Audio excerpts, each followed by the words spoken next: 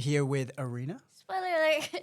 And today we are interviewing Rosalie about her film Take Back Our Beach.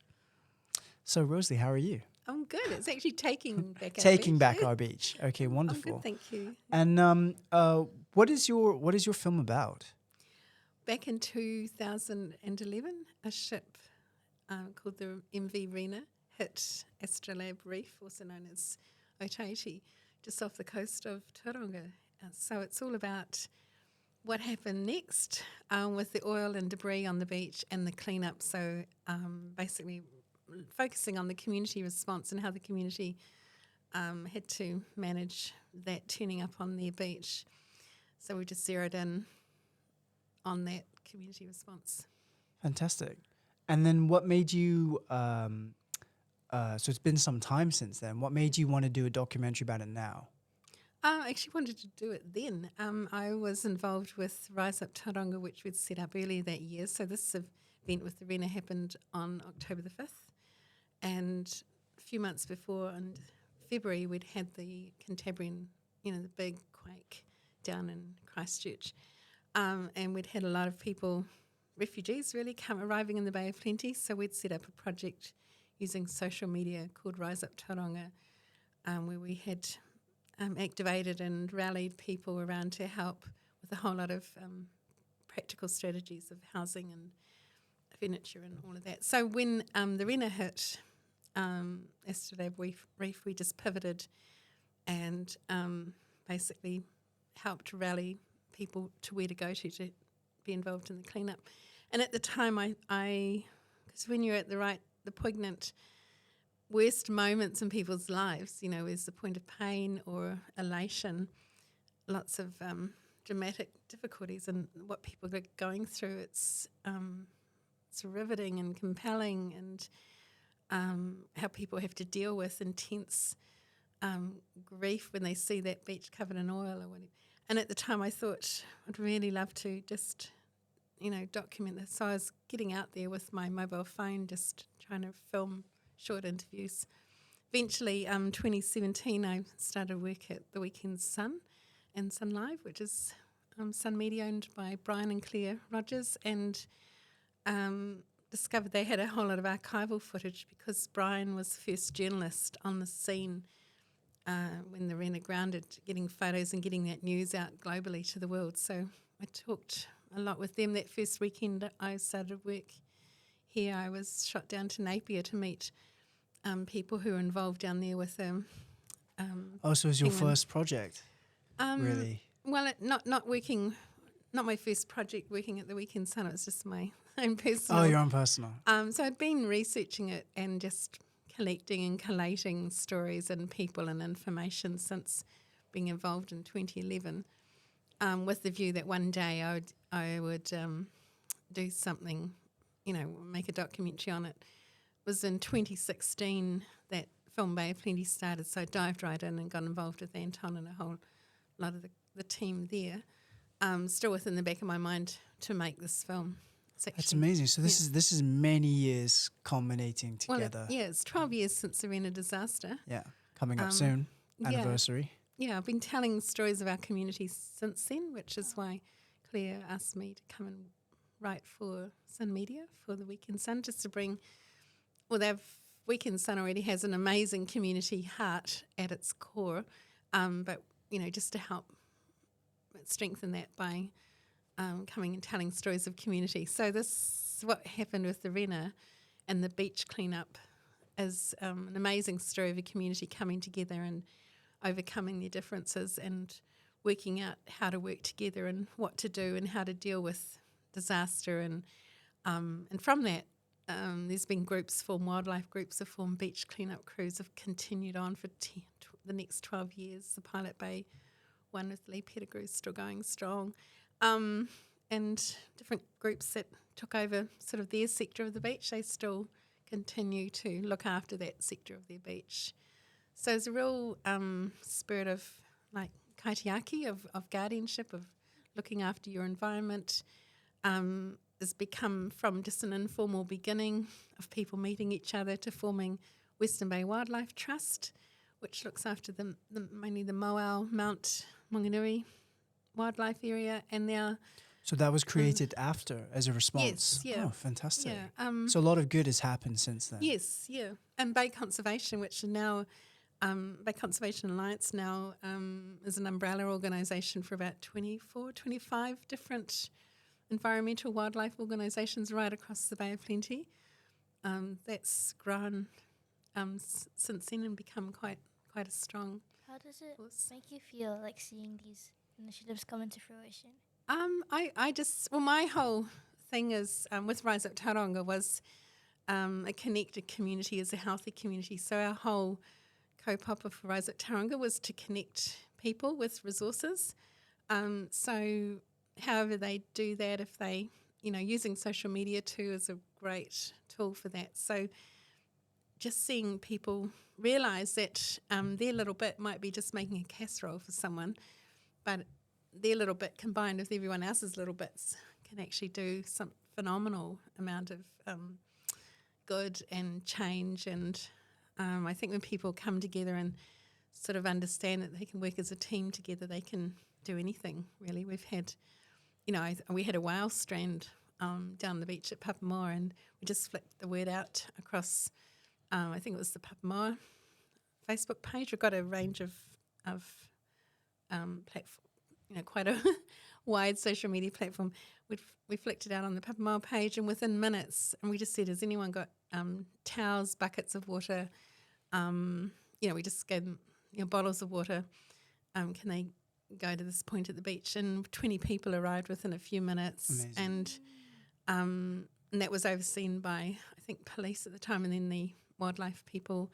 So, we had too many people, so we had to get them back. But That's interesting. Back then, Facebook was quite strong. I wonder what you have to do nowadays. Maybe you have to do it on TikTok.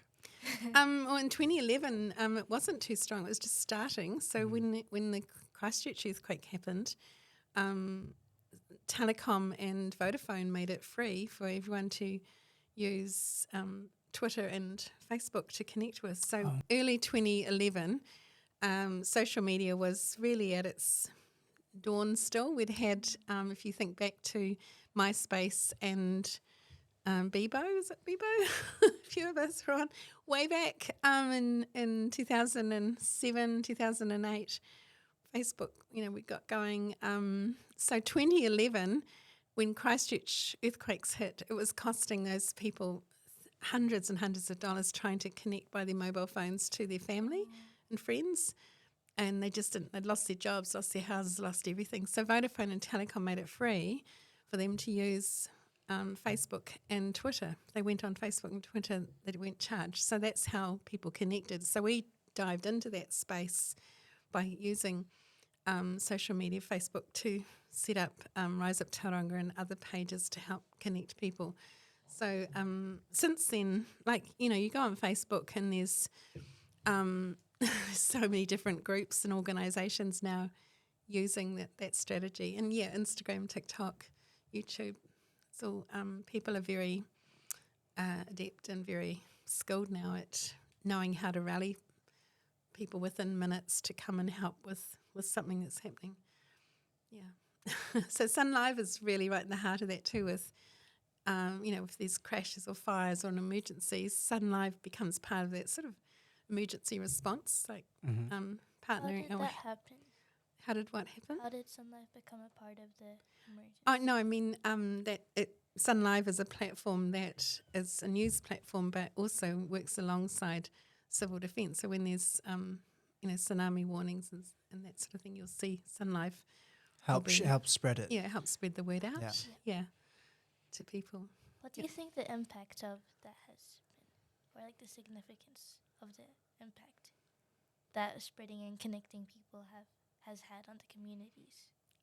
With using social media? Yeah. Yeah, it's been extraordinary. Now people, you can actually subtly educate people by giving them ideas of what they could do when something happens. In the past, people would moan about there's my gutter needs cleaning and the rain's coming, So now we jump ahead of that often. When I'm talking we, I mean our Rise Up Tauranga page will put out posts, hey, there's a big storm coming, check your neighbours' roof, do you have an elderly neighbour nearby who might need some groceries for 3 days?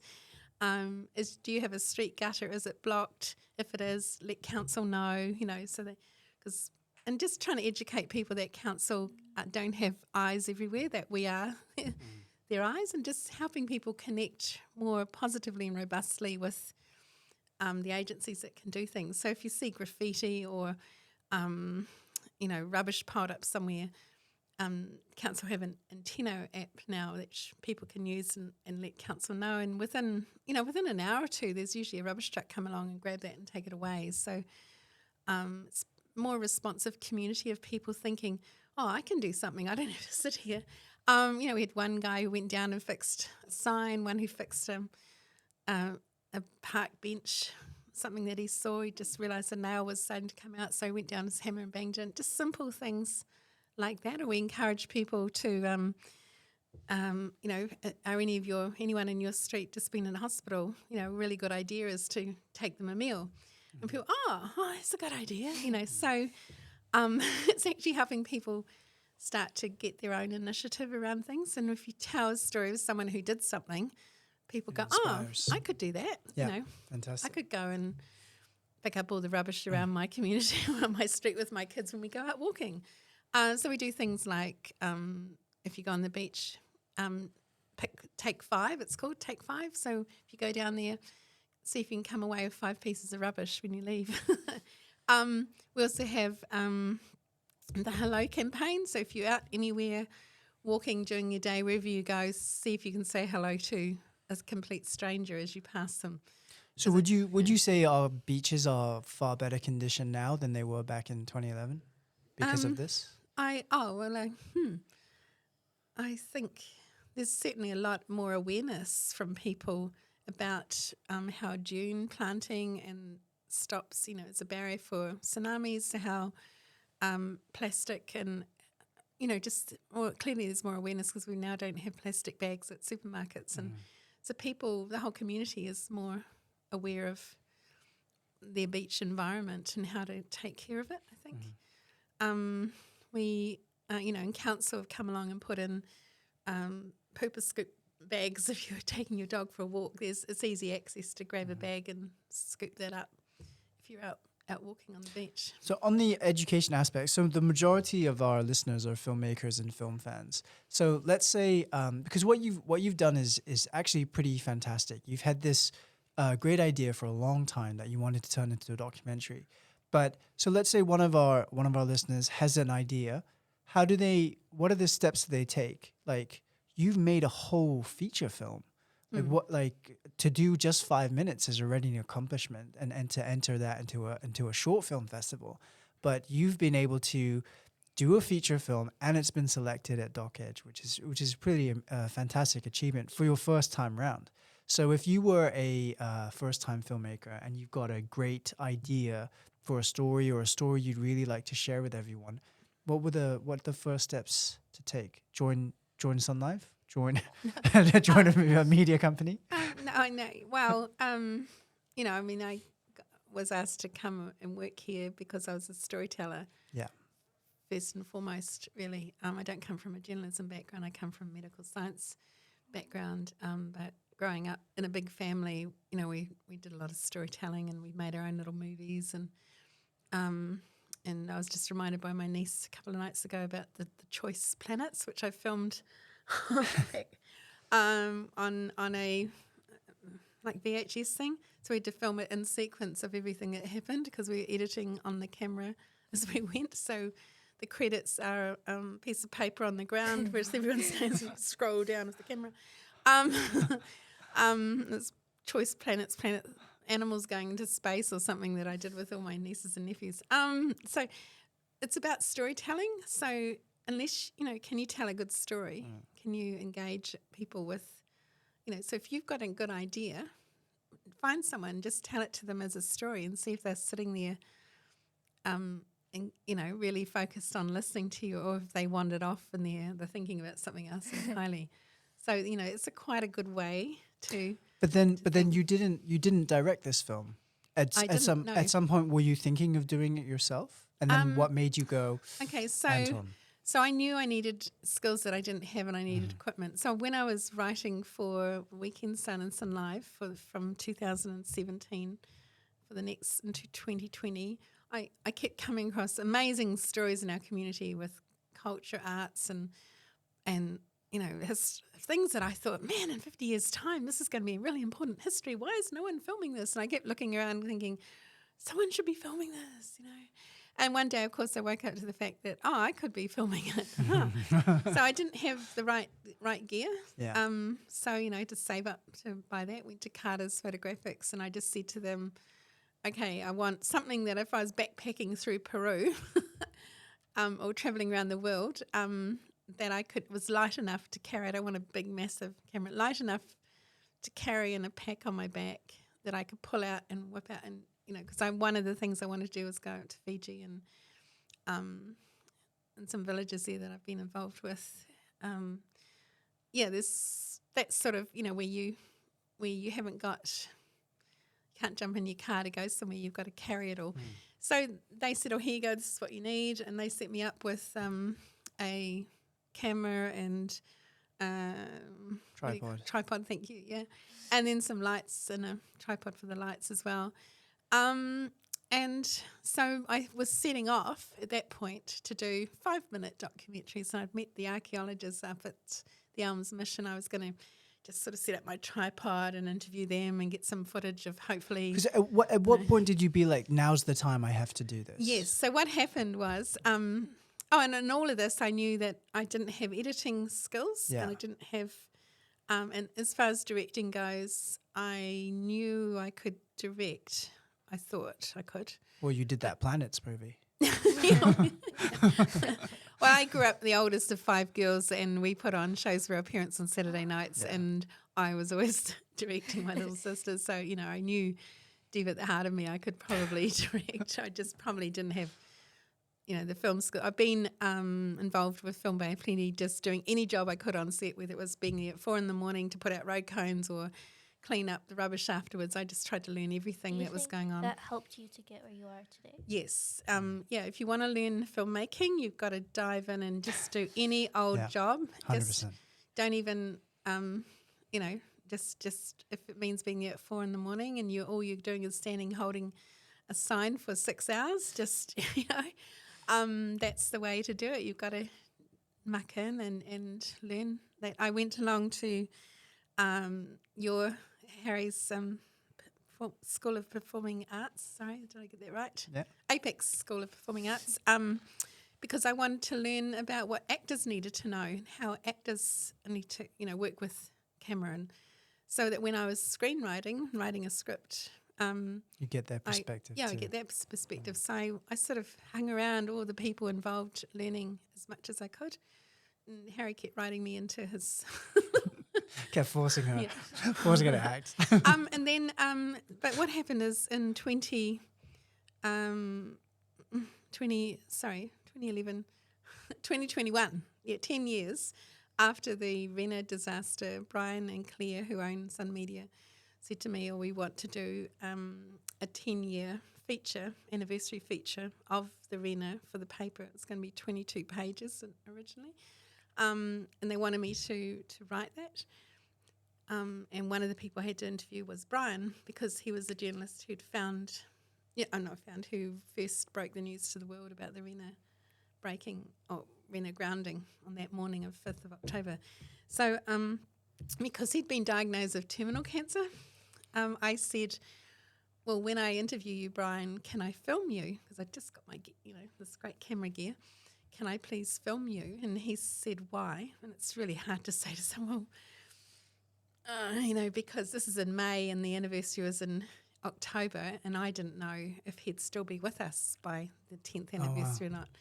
And so, how do you say to someone, just in case? I don't know if you'll be here with us or be able to talk. Or and as it turned out, he was with us for a lot longer than that, which is fantastic because we were able to show him a really rough, unpolished finish of the film before he died.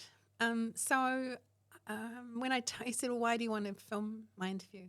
I said, because one day when I've got the skills and the funding basically, I want to make a documentary about it. He said, why don't we just do it now? And I said, well, funding costs a lot of money. But Claire and Brian just said we should just do this. They put in the seed funding to start off with, and we just got going. We cut costs down a lot by this room where we're in right now. We turned it into, put a green screen up, and we interviewed about 33, I think, people in here to capture their stories, about 45 minutes each person. We had a lot of archival footage from Brian as well. How did you find the people? How did I find the people? Well, I personally knew them.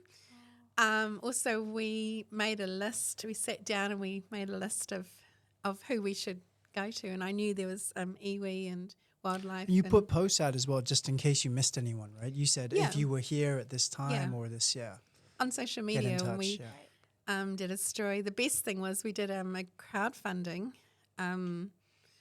exercise on Boosted, and that brought out a lot of people who had footage, and we got 2 great sources of footage, 3 out of that, plus some extra good stories That people had put just in there. kept on their mobiles or whatever. No, one person actually worked for TVNZ Amazing. at the time, and he had like 80 gigs, I think, of That's footage. so good they still Wow. kept it, 10 Well, years. yeah, he said to me he thought he might, it's taking up space on a hard drive. He thought he Exactly, they might dump just, it. thank goodness. So every day he was out filming. He'd send, I think, about like 30 seconds or something to TVNZ for the news that night. So there's a lot of footage he had that had never been seen. Amazing. Yeah.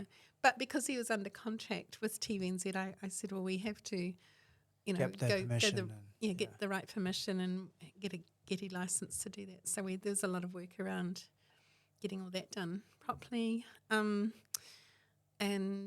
we had other people who were out filming who just made their footage freely available to us, which is wonderful. So it's been a real community exercise. Because there's also that challenge you run into when you have this great idea and you're like, okay, let's do it now.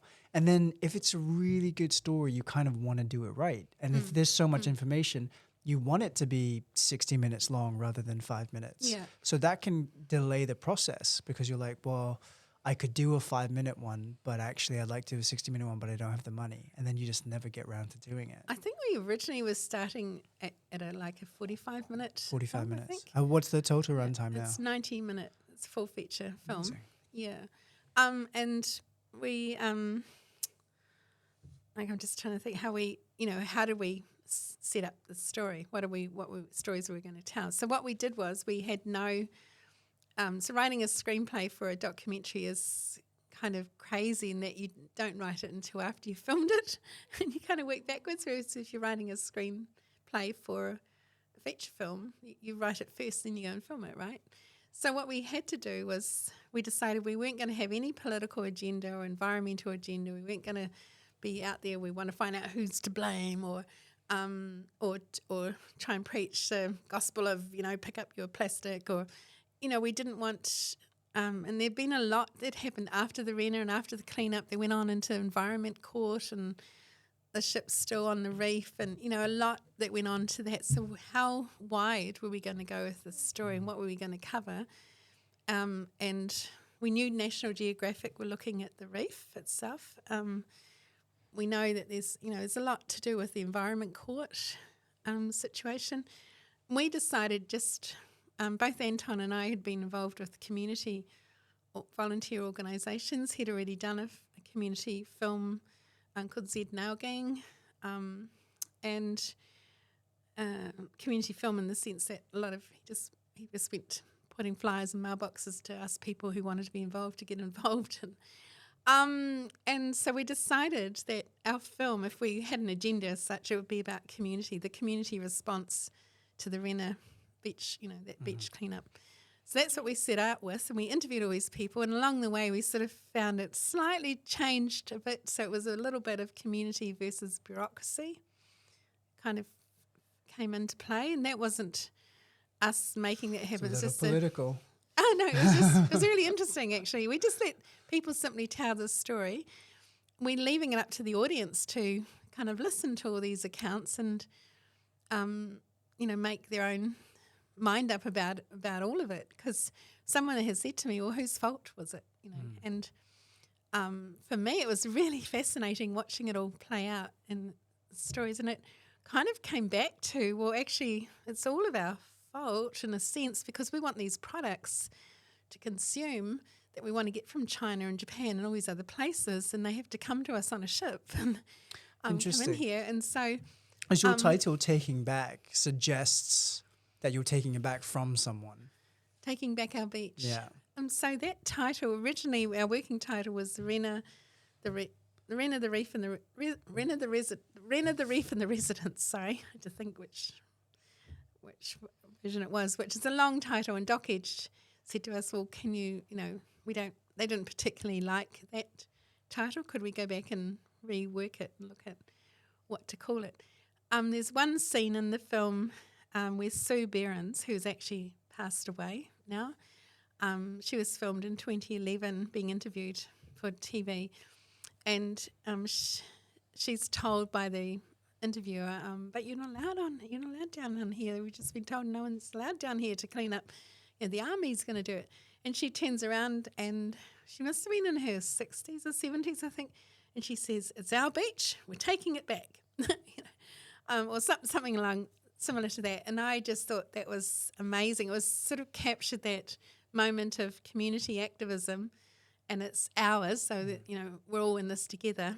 And it's about the beach. It's very kind of very active, empowering. Yeah.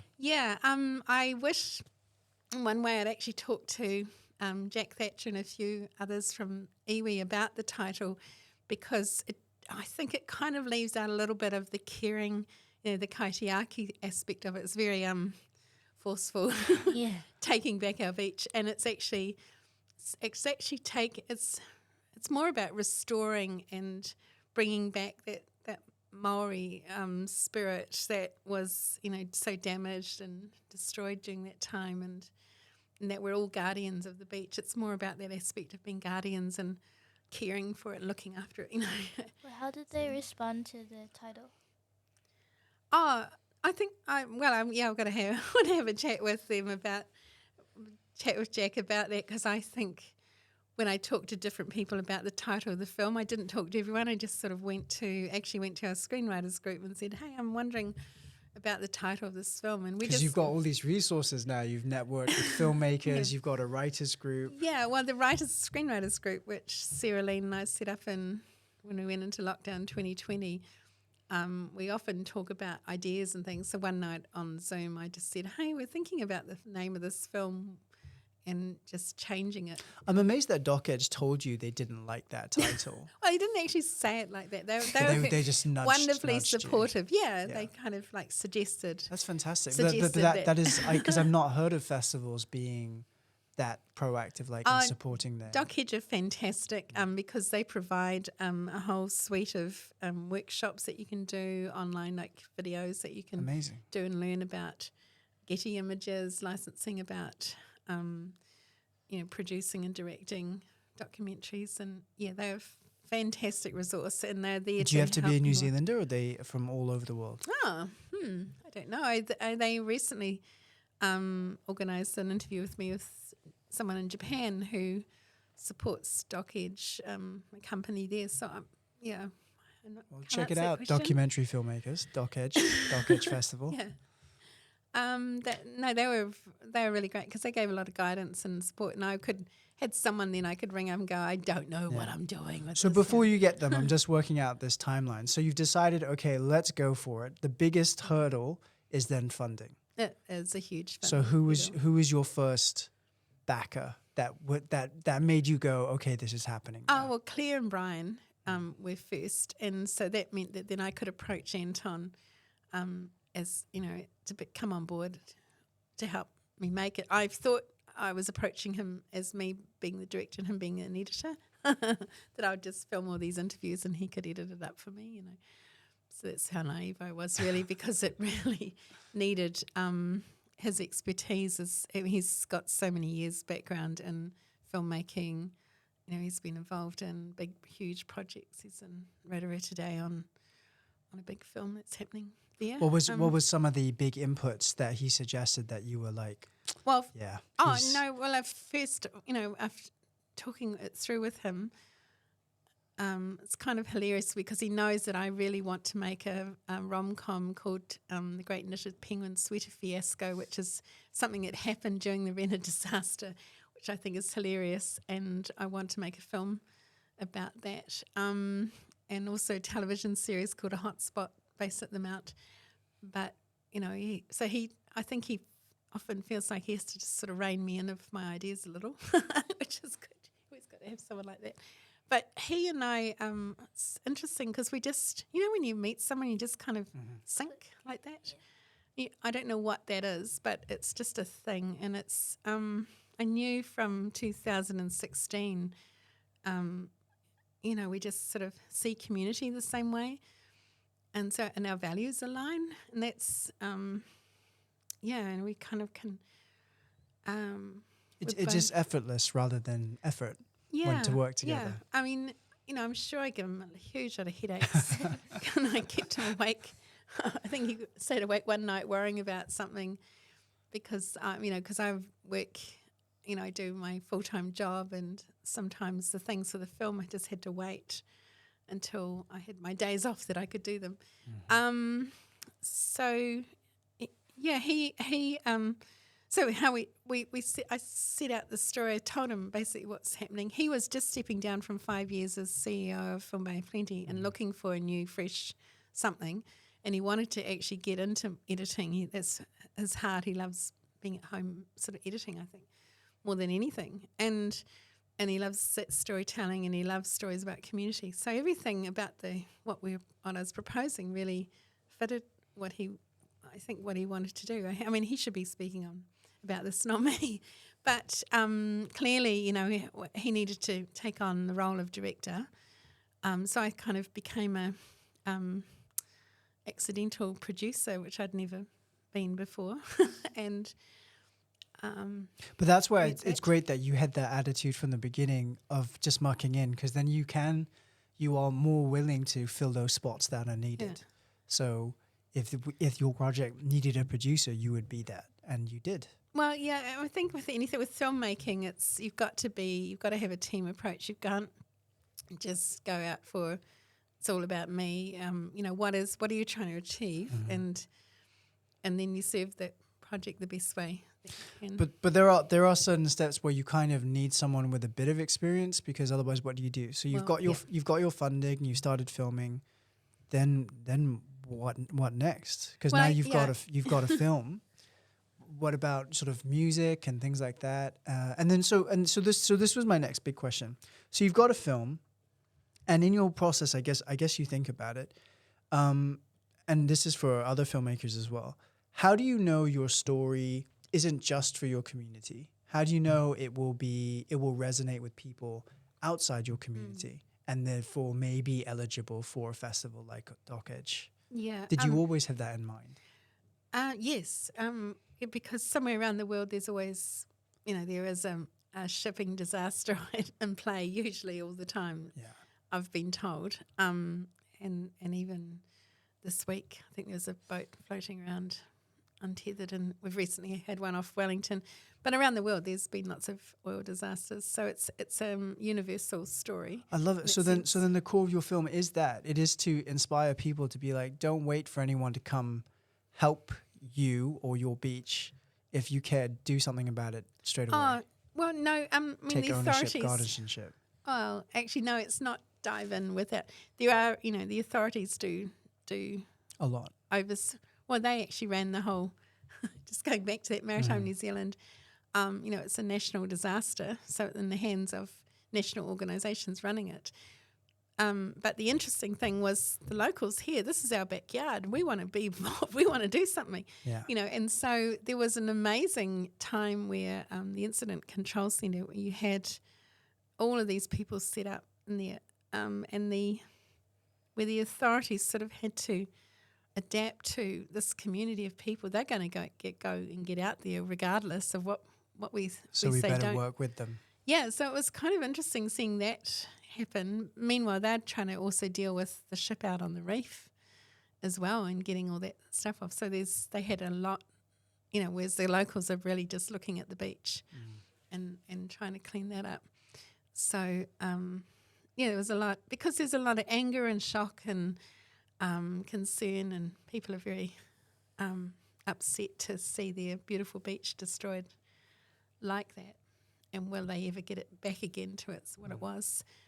So it's a universal story, and I would have been really dumb to not step aside and make sure we have the best person on the job. I wasn't the best person to have as the producer, or by any means, or any of that really, but we just use the resources and tools and people we had to go out and. So if you had more funding, would you have got more producing help? Definitely, yeah. And I did reach out to quite a few producers to ask for ideas, or not ask for ideas. Some of them, willingly gave me good advice and help in that way. And what was the dream goal? Was it to get into Doc Edge, or was that not on the agenda in the beginning? Our dream goal is to. There were win an Oscar. No, it's about our community. We had, I think it was 8,000 people or something signed up as volunteers to help with that beach cleanup.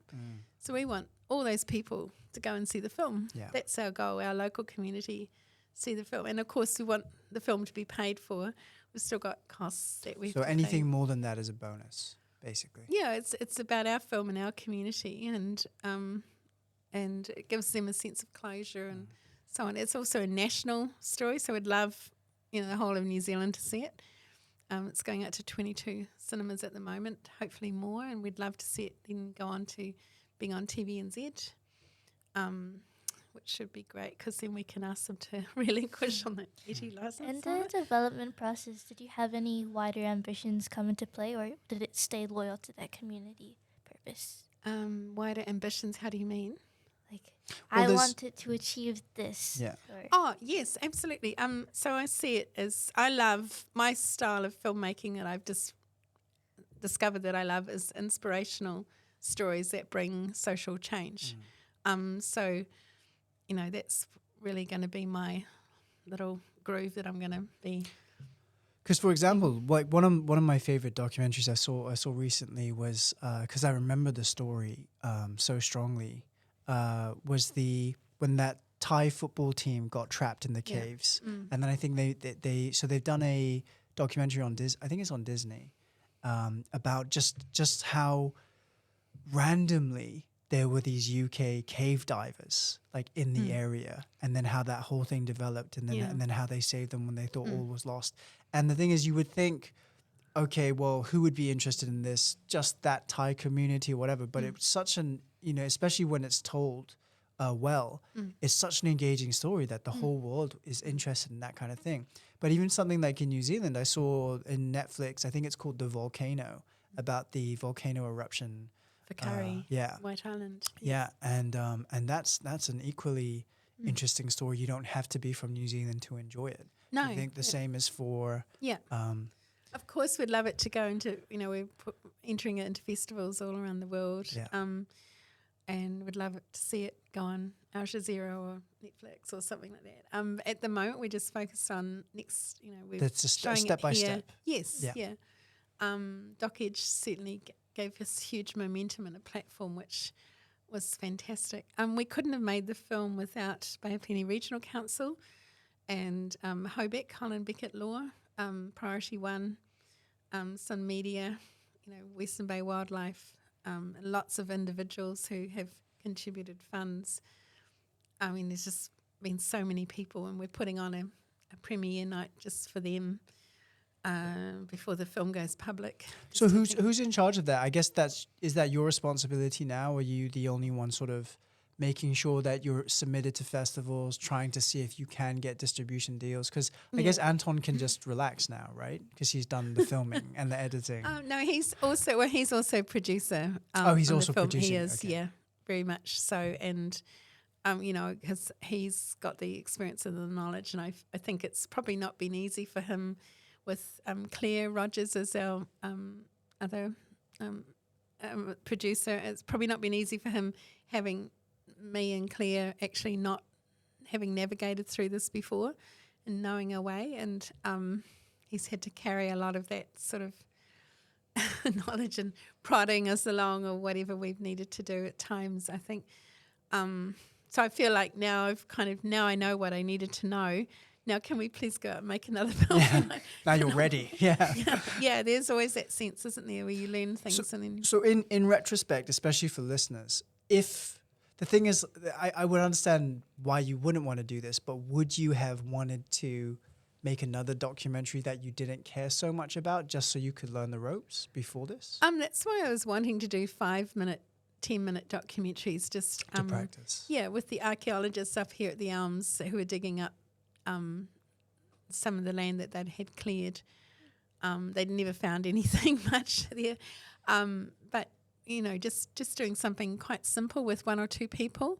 That was just a tiny story, but was possibly significant in Tauranga's history.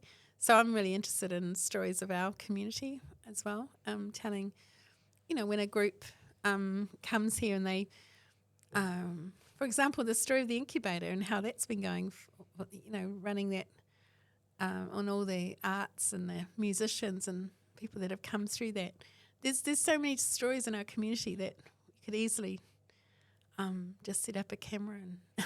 Is there any advice you'd give to want to be documentary makers, want to be producers? What's the most challenging thing that you went through? I think relationships... Or wish you knew? Relationships are the most important thing. You've got to, you know, you can't just go out there and be a cowboy and make a film wherever you want. You've got to respect that you're in someone's, even public space, that you're filming that direction. You might be filming someone's house or people walking past. You're filming in on this, you know, on a sidewalk somewhere. Well, maybe you need to talk to Tauranga District Council and just let them know what you're doing. You know, there's very important to tell people what you're doing, engage them and get them on board and build trust. So I think a lot of what we were able to do is because I already had built long-time high trust relationships through the volunteer work that we'd been doing, you know, with people like Stuart Crosby, the previous mayor. And, you know, in 2011, he was the mayor, and I went to him and said, we're doing this Rise Up Tauranga project with Cantabrians. We need $1,000. There was no community sort of funding like they have now that you can apply for.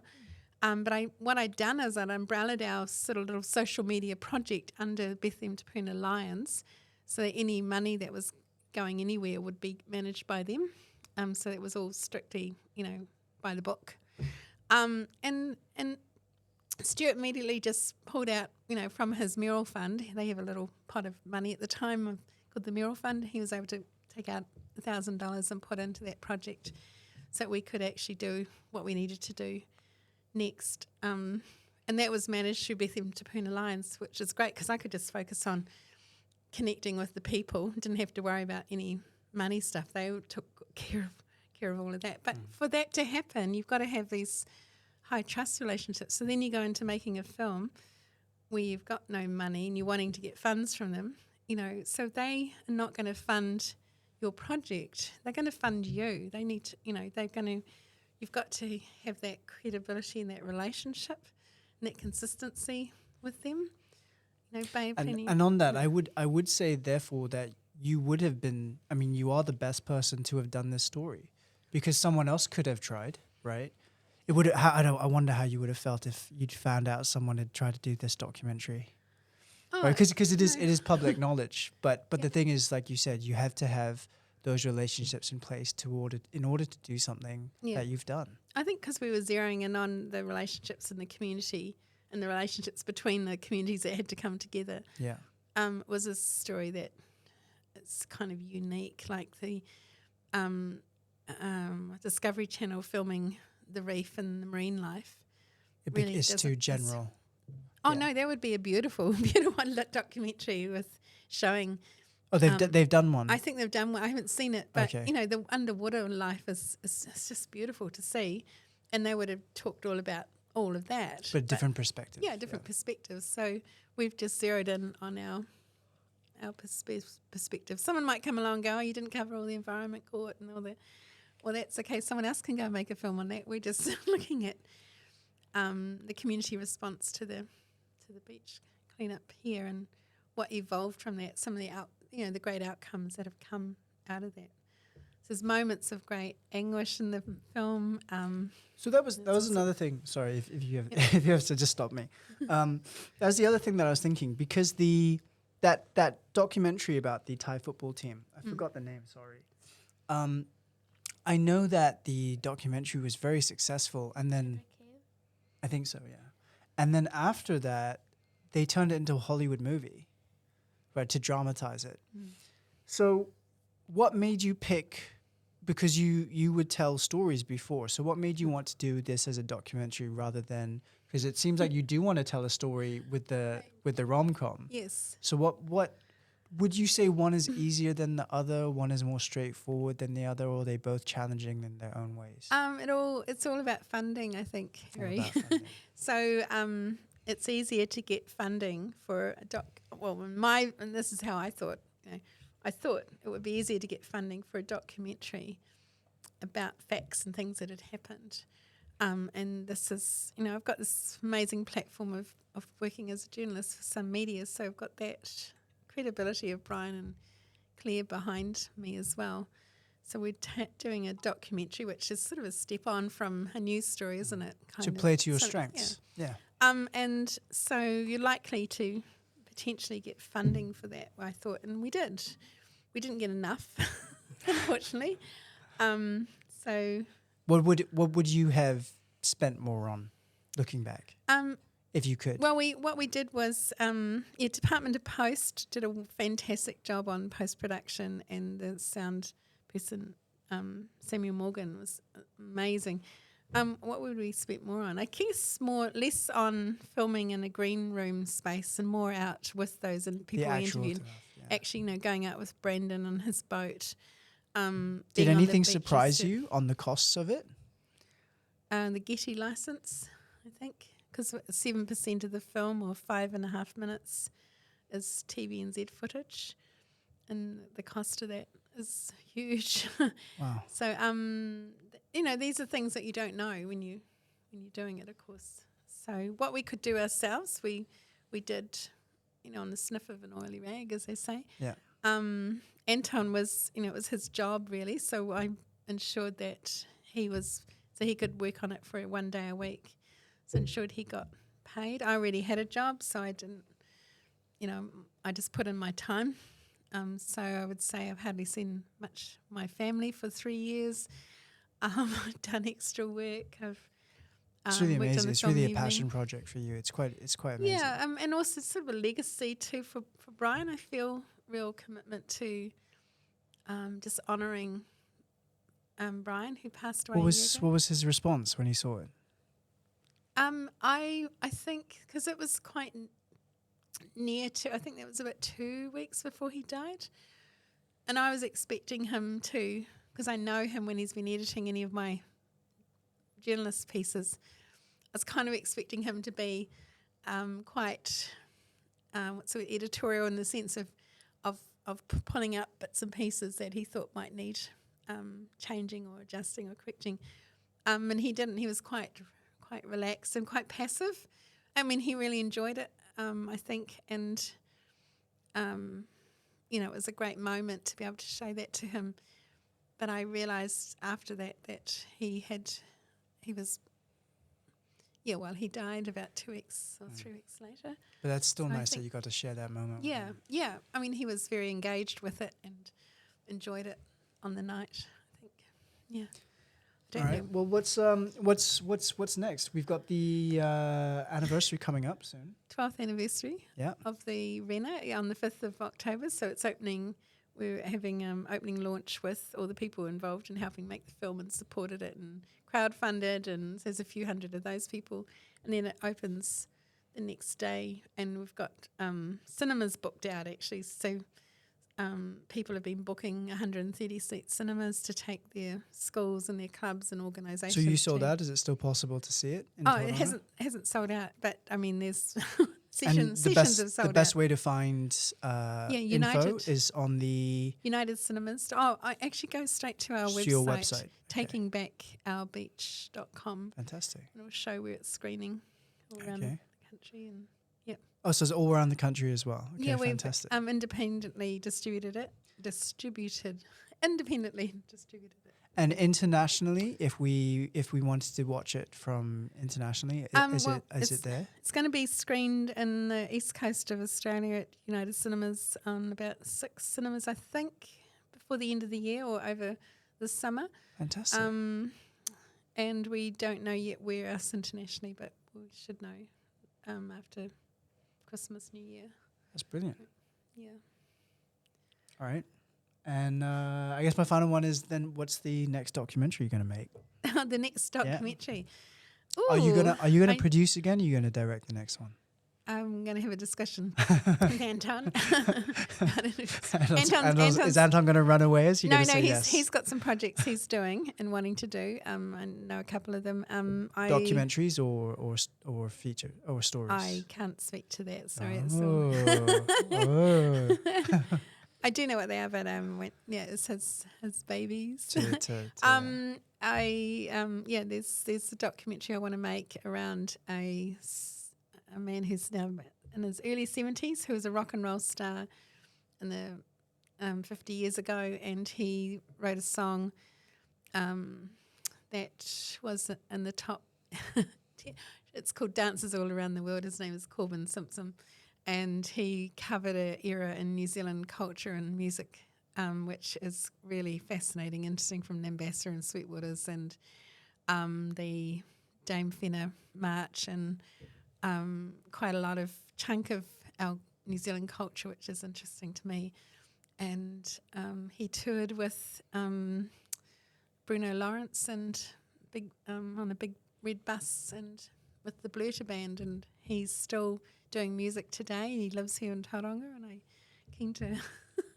That's surprising. Well, I've been researching his story for the last 3 years. Totally actually. would have expected you to have like an environmental focus or something on other issues. Oh, and I'm really interested in culture and people and how our culture evolves and grows, and that happens to be environmental. I do want to make a feature film also about the Rena, that rom-com, and then the television series that I'm developing with Divart Meta.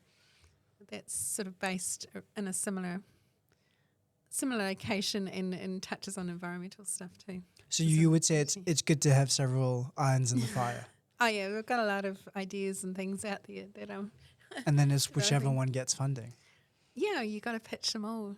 Fantastic. And try and With all of the support you've received from like Priority 1, Western Bay of Plenty, have you received any? Have you faced any opposition or any challenges and setbacks?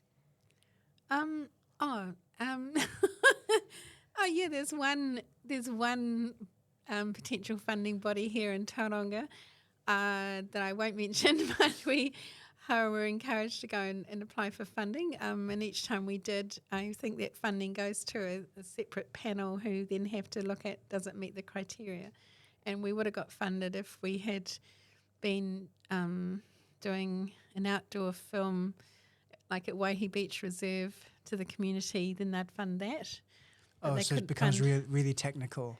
And you're right. Yeah. So, and we were like, well, okay, we can't actually even show it there at all until we've paid the costs of like the Getty license and thing. We can't show it anywhere, but we want you to help us.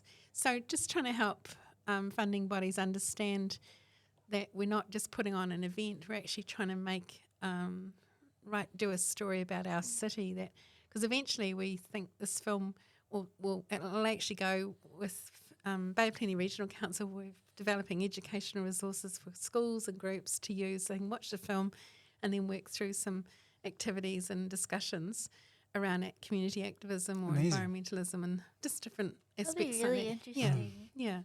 And then hopefully one day when we have our mythical Tauranga Museum, maybe there'll be a room set up in there with some artifacts from the Rena. Because I'm curious, how many film. at school do you think know about the Rena? Not many. I feel like Okay, you Mountain. have the average like student, and then you have those top Yeah. English people or debating people that would know about this. But I definitely don't think that the community aspect of this is well known. It's just Mount Maunganui Intermediate have got 700 students coming to see the film on the first week Oh, of term 4 really from the 9th to the 15th or something. They're coming, filling up 130 seat cinema 6 times over because it's part of their curriculum. This next term Oh, is on that's fantastic. coastal I should get environmental school into it. coastal Yeah. sustenance. Yeah. So this and the I don't know what the time oh yeah, is. we'll so I'm we'll, just we'll, we'll wrap up quickly. So then the money that you make, does that go back into paying bills that you still have left over? Like where does it go? Where does it go? Oh, at the Could moment, you finally get a holiday? that's a good question. We try and we've actually encouraged groups to book cinemas where they can get tickets for $10 each from United Cinemas, and then turn around and do a fundraiser so they can raise funds for their organisation or wildlife. So they're selling tickets at like $20, for example, which is pretty much similar price as if you went to the cinema yourself as the public.